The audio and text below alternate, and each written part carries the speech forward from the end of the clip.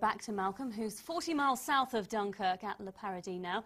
And Malcolm, it was, of course, only because of the performance of troops at places like Le Paradis that so many of the Allied forces were able to get off the beaches at Dunkirk.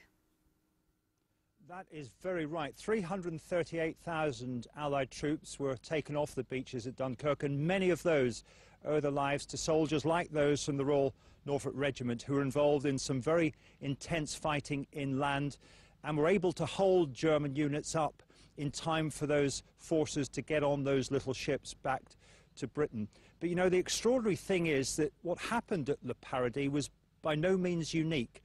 The following day, May the 28th, 1940, 80 soldiers from the Royal Warwickshire Regiment were killed in a very similar incident. They surrendered. Some of them were coming out of a barn when they were shot by an SS unit. Those soldiers who stayed in the barn because they feared they would be shot, they were then killed when German soldiers lobbed grenades into the barn. So it was an extraordinary time, and I think all those who have been here today will hope that events like this raise the public's consciousness, because there's no doubt that those massacres are probably better known of in France than they are in England. But those who are here at Le Paradis today hope that the publicity generated will mean that this will never ever be forgotten. Malcolm, thank you very much. And we'll be back in Le Paradis later in the programme. You can see all our reports on this week's 70th anniversary events on our website at itv.com/Anglia. That's itv.com/Anglia. Yeah, there are some very special reports there. There's also an archive item on there from 1970 with the survivors. Leave Dunkirk for now, but there's still plenty ahead.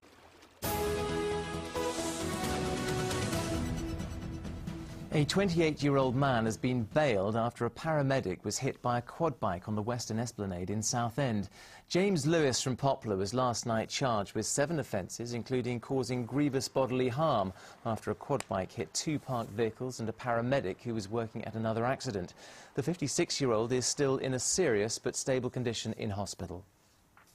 The House of Commons is currently debating the economic future of Southend. Local MP David Arness believes the area has been starved of money in recent years, causing real problems for the local council and local people. Our political correspondent Matthew Hudson sent us this a short time ago. I suppose it's something of a privilege for Southend to be the subject of a debate so early in a new parliament. The debate has been called by the town's local Conservative MP, David Amess.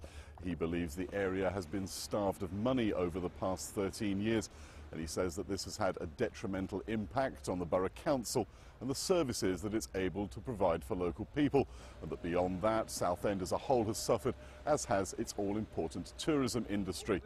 Now, Mr Amess says he recognises that in the current financial climate there probably won't be any extra money for Southend, but what he wants to see is current finances rejigged, perhaps with money being taken away from local quangos and given direct to the borough council. And he's hoping that the new local government minister will be able to give him some positive answers this evening.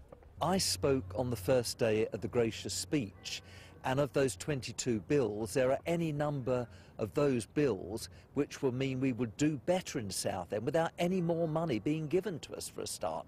By academy status, by the abolition of quangos. I mean, for instance, the police authority in Essex, what is the purpose of that? There's a long, long list of areas where we could save money, give power and responsibility direct to the local authority, but basically make sure that the next census is accurate. So if Mr Amess gets his way, it could mean bad news for local quangos and perhaps for groups like the police authority, and good news for Southend Borough Council, and he believes that could help to bring about a bright and sunny future for the town.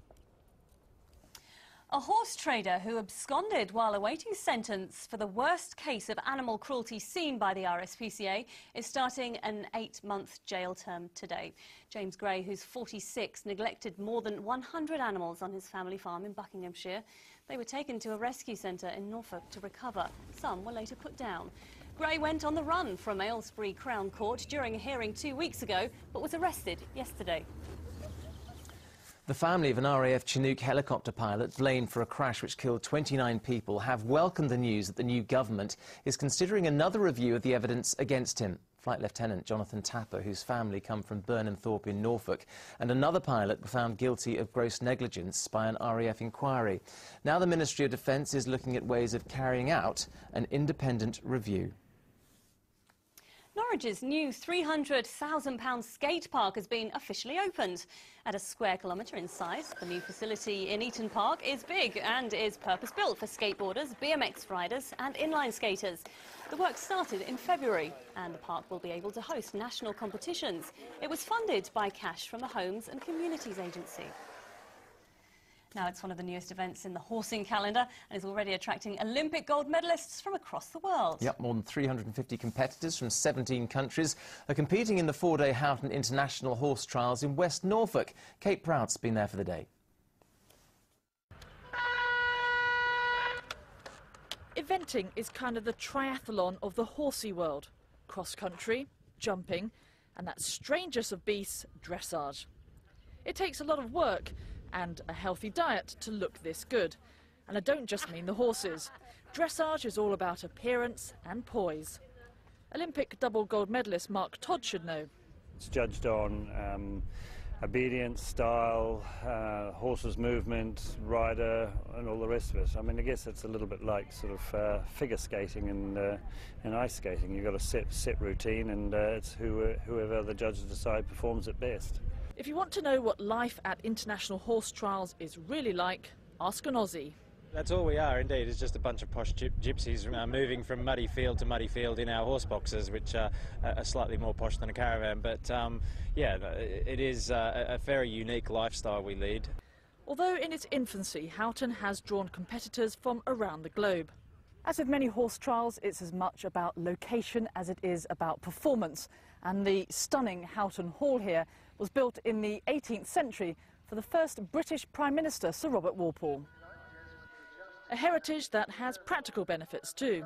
The ground here is amazing. It's a sandy loam. The turf in the deer park is 300 years old, and so I mean, we a couple of years, 3 or 4 years ago, we had an awful lot of rain, and there's nothing's going to stop the horses from running here from the point of view of the weather. The ground is exceptional. But these are tough competitors, and the unpredictable weather is just another hurdle to cross. Kate Prout, Anglia News, Houghton in West Norfolk. The former Ipswich Town Chairman